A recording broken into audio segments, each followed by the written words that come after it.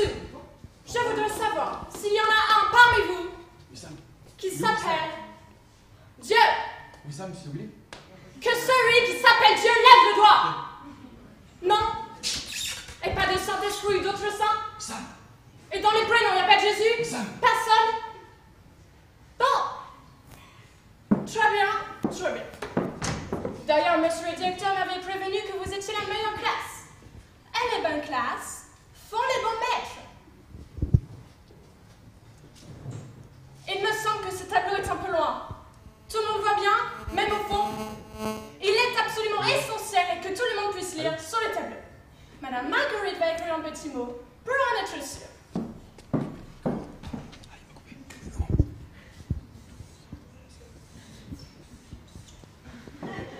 Tout le monde peut lire? Q. Parce que sur le tableau, il n'est pas question d'apprendre la lecture et l'histoire et les mathématiques, sans compter la géographie. Par exemple,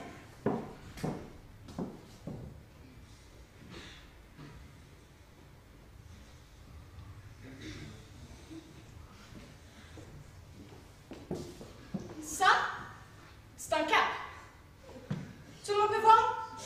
Mettons que ce soit le cap de Bonne-Espérance. Eh bien ça, c'est de la géographie. Maintenant, qu'est-ce qu'un enseignant? À quoi sert Madame Marguerite? À qui? Parce que vous, on ne vous a pas demandé votre avis. Vous êtes là et ce sont vos parents qui ont fait le coup. Est-ce qu'il y en a un qui est venu tout seul? Bon, et pourquoi? Il doit y avoir une explication, très simple. Et Madame Marguerite va vous la donner tout de suite. Vous remarquerez qu'avec moi, c'est comme ça. Madame Marguerite vous expliquera toujours tout. Aucun problème. Bon, où en étais-je avec tout ça? Oui, pourquoi êtes-vous tous enfermés dans cette classe? Qu'est-ce que vous faites ici? Eh bien, c'est très facile à comprendre.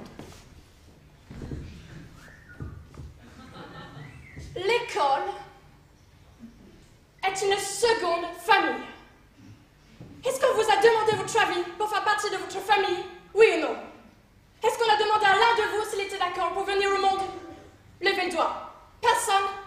Alors vous pouvez constater que l'école, cette deuxième famille, c'est la même chose.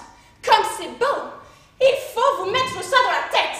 Ici, entre ces quatre murs, vous êtes comme chez vous, enfermés. La différence, c'est qu'ici, en plus, vous payez.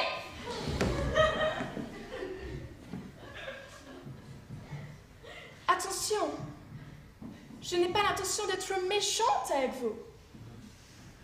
Qu'est-ce qu'une bonne classe pour Madame Margaret?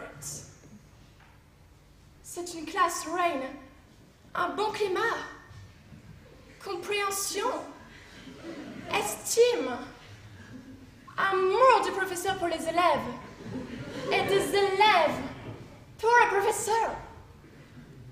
Cette même atmosphère de chaleur qu'on retrouve chez soi au sein de sa famille. La nature est très bonne avec vous. Vous pouvez dire merci. Vous n'êtes pas né pour rien. Vous êtes né pour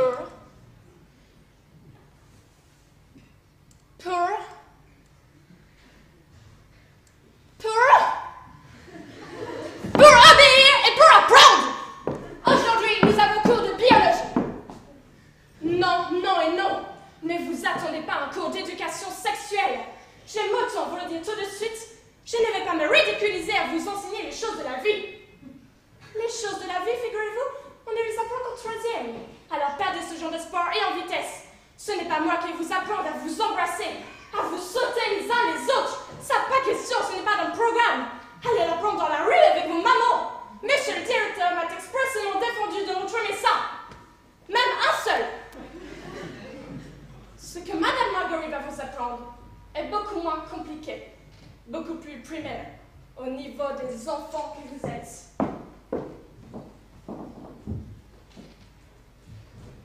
Il y a trois grands principes en biologie. Ou plutôt, il y a un grand début, un milieu de dimension variable et une grande fin. Le début, je vous en ai déjà parlé. Vous êtes tous nés un jour ou l'autre sans qu'on vous demande si vous étiez volontaire. Vous êtes nés, un point c'est tout. Comment, pourquoi, là forcément il y a un truc. Vous ne le connaissez pas, mais bien sûr ça vous intéresse parce que c'est un truc dégueulasse.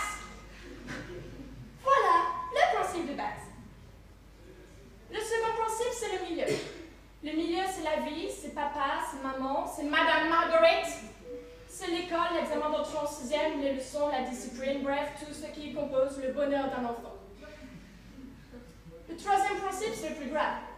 C'est la fin de la biologie. Il est de mon devoir, en tant qu'éducateur, de vous annoncer les choses que vous ignorez puisque vous n'êtes que des enfants, mais qu'il vous faut savoir.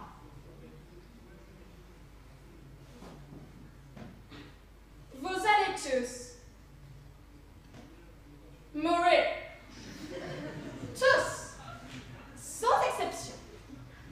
Madame Marguerite va vous l'écrire sur le tableau pour que vous ne risquiez pas de l'oublier.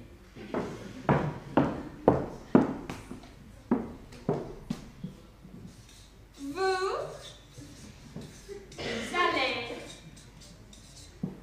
tous mourir. Tout le monde va bien? Demain, comme nous avons forcé, Madame Marguerite vous fera faire des rédactions. Chaque élève devra décrire son propre enterrement, avec ses petits mots à lui, ses petites images. C'est justement pour développer votre